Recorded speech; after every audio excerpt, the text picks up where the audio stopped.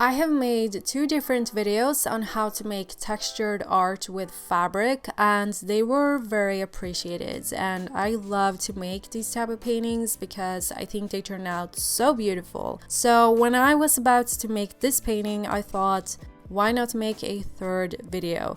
Obviously, this is another version, so it's not entirely the same as the other ones. And as you can see, the part that is not covered in fabric is still textured.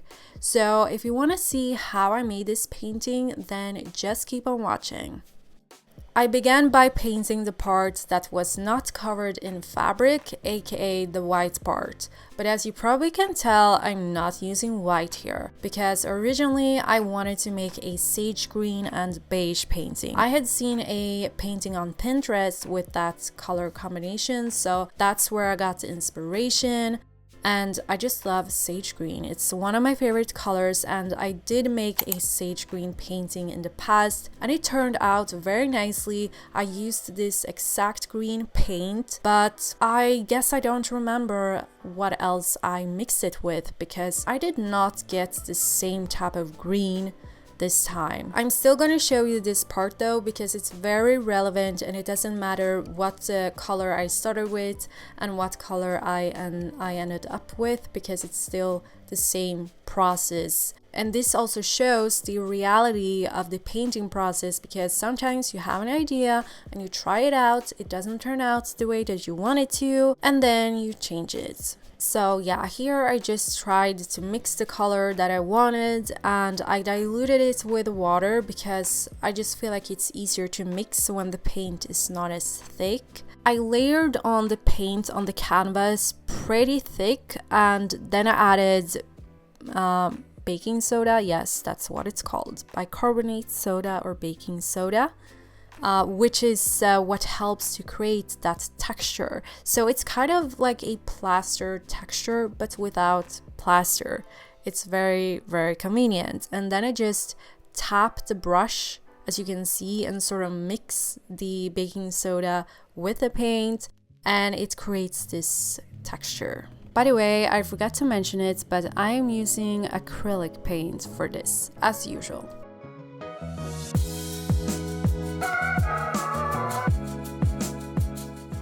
I added the paint like this little by little because I did not want it to dry too fast. You can also mix the baking soda with the paint before you add it to the canvas.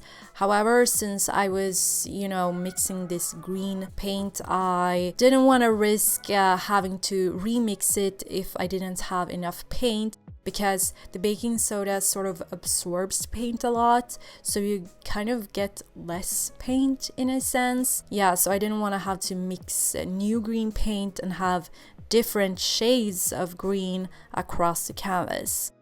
By the way, I did not cover the entire canvas in this green paint, because obviously I covered some of the canvas in the fabric. However, I did apply the fabric a little bit on top of the green because you want it to be quite seamless, if you know what I mean. I will explain it better later on in the video. But yeah, as you can see, I'm just continuing here to add paint in thick layers, and then adding baking soda, and then just tapping it in. You can play around with this. You don't need to do exactly like I'm doing. If you're remaking this, instead of tapping it in, you can try to make brush strokes or whatever. Like, play with it and see how it turns out and see what you like. That's one of the things that I really like about abstract art, or with abstract art, I cannot speak English, that you just do it and then see what happens. You don't want to forget to cover the sides. I don't add any new baking soda. I just use whatever is left on the brush because I don't feel the need to have the texture on the sides. But of course I want the color, and because the baking soda is still left on the brush, you get kind of the texture, but not 100%. But obviously if you want the texture on the side, you can add it.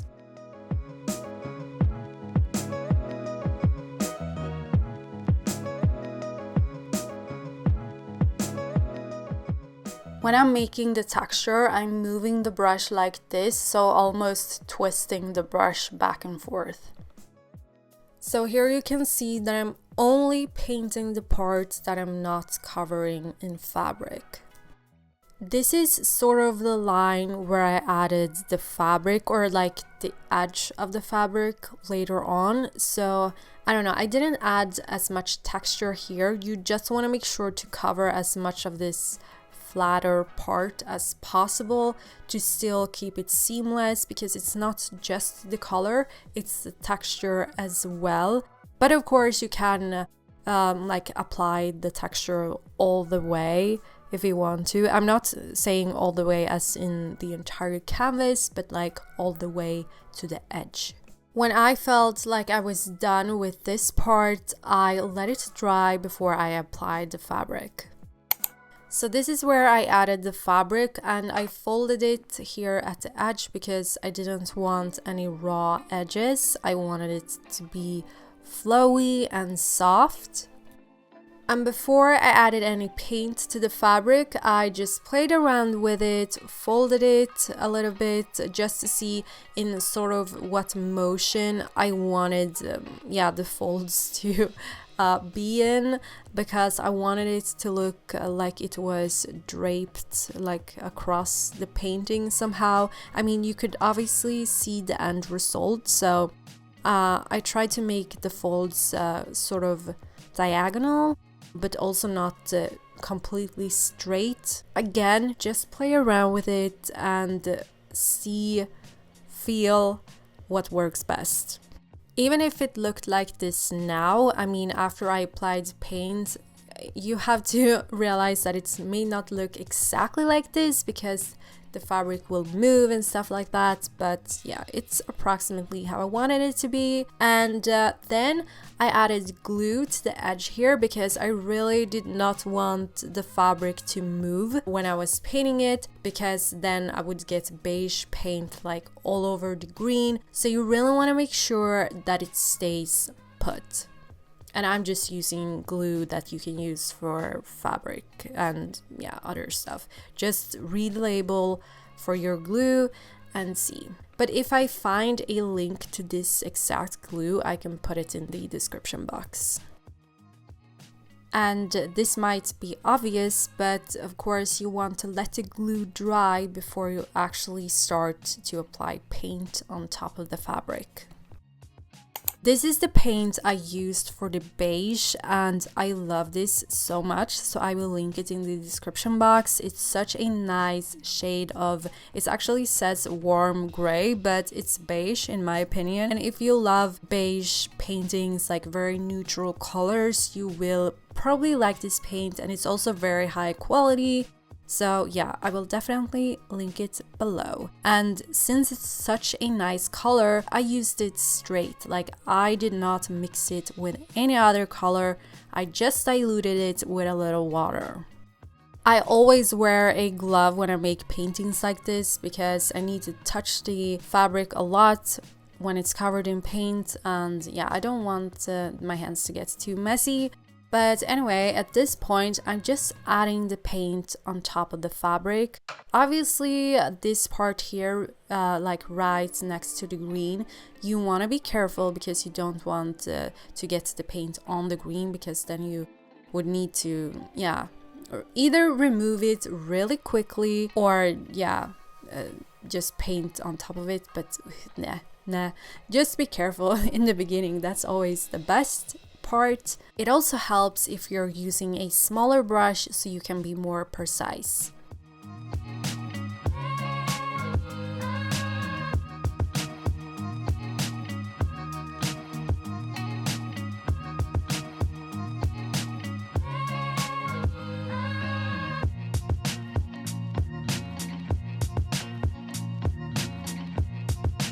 You want to keep the fabric in place as much as possible, but as I've said before, this is an abstract painting, so it doesn't need to be perfect, but I still don't want to lose too much of the pattern that I just folded. So to keep it as much as possible, I'm still trying to, keep it in place. And that's why I wanted a glove, because as I said, it gets messy.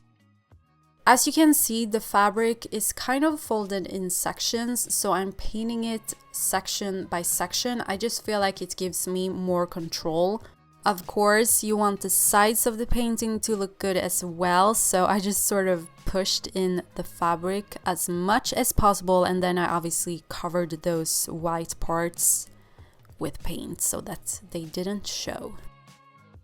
After painting the first layer, it looked like this. You most definitely need to do more than one layer. Usually for my paintings I do 2, but for this one I think I did 3. But as you can see, the colors total mismatch, so yeah, I fixed that later on. In case you find any wrinkles, you can just push them to flatten them out, and you want to do this before the paint dries. However, after painting the first layer, the fabric is most likely still pretty soft, so you may be able to do it at that point, but ideally before the first layer dries. I didn't film when I changed the color, but this is the result, and I didn't have to worry about getting white paint on the beige, since I was gonna paint another layer of beige on the fabric anyway.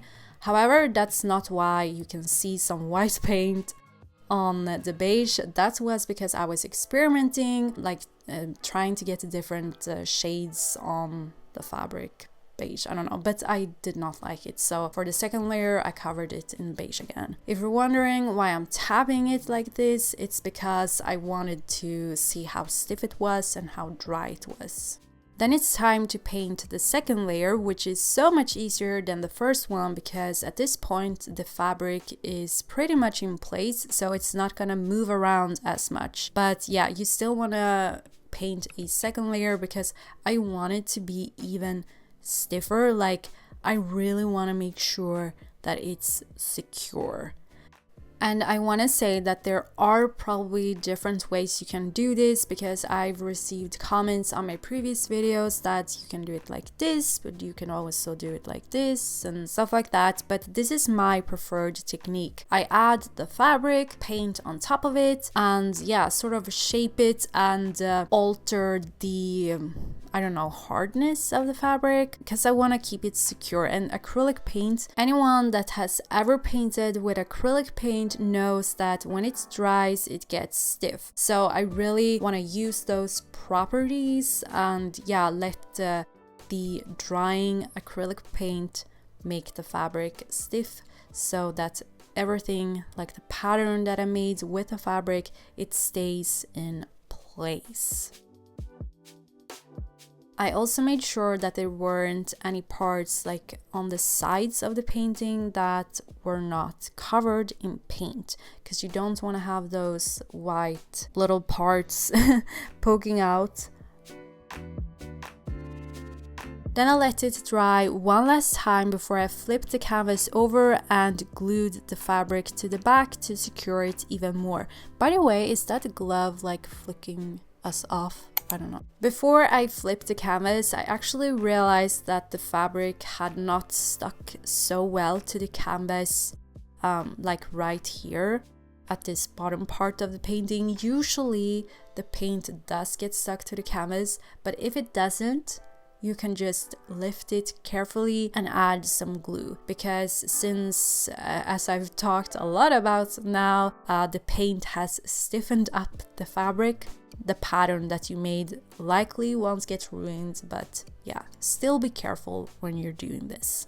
And then you just want to make sure to press it in so that the glue and the glue, the fabric and the canvas get stuck together. And then I could flip the canvas over, and I got my fabric scissor ready to cut off the excess fabric. You can actually, before you even begin, try to optimize and place the fabric in a way so that you don't need to cut away that much. But you can still use the fabric that you cut off for other things. Anyway, I make a cut diagonal like that I was showing you here, just because it's easier to fold it in. and I use the frame of the canvas to sort of push the fabric in, as you can see. I just find that it helps to keep it secure.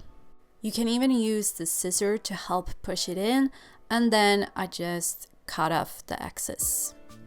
After you have cut the excess fabric off, you want to glue the fabric to the back.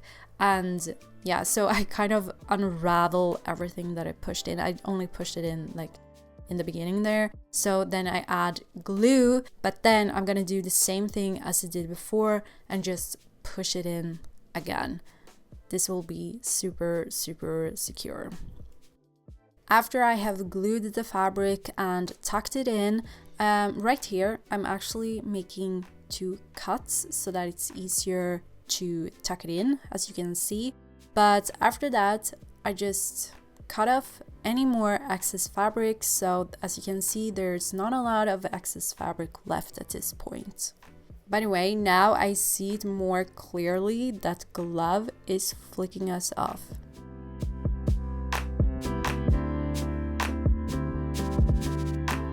And then you can flip the canvas back over because you are done with the painting. I really like how it turned out, especially after removing the green, or well, painting on top of the green with this. It's not actually white. I made it sort of a very light gray. So yeah, I'm really happy with how it turned out. But that is everything for this video. I hope you enjoyed it and I hope you learned something or got inspired. I mean, even if you don't want to make a painting exactly like this, perhaps you learned a new technique that you can use. And yeah, if you enjoyed the video or found it helpful, please leave a like and leave a comment. That would be really, really nice. Thank you very much for watching. And yeah, I post videos sometimes, so I will see you in my next video, I guess.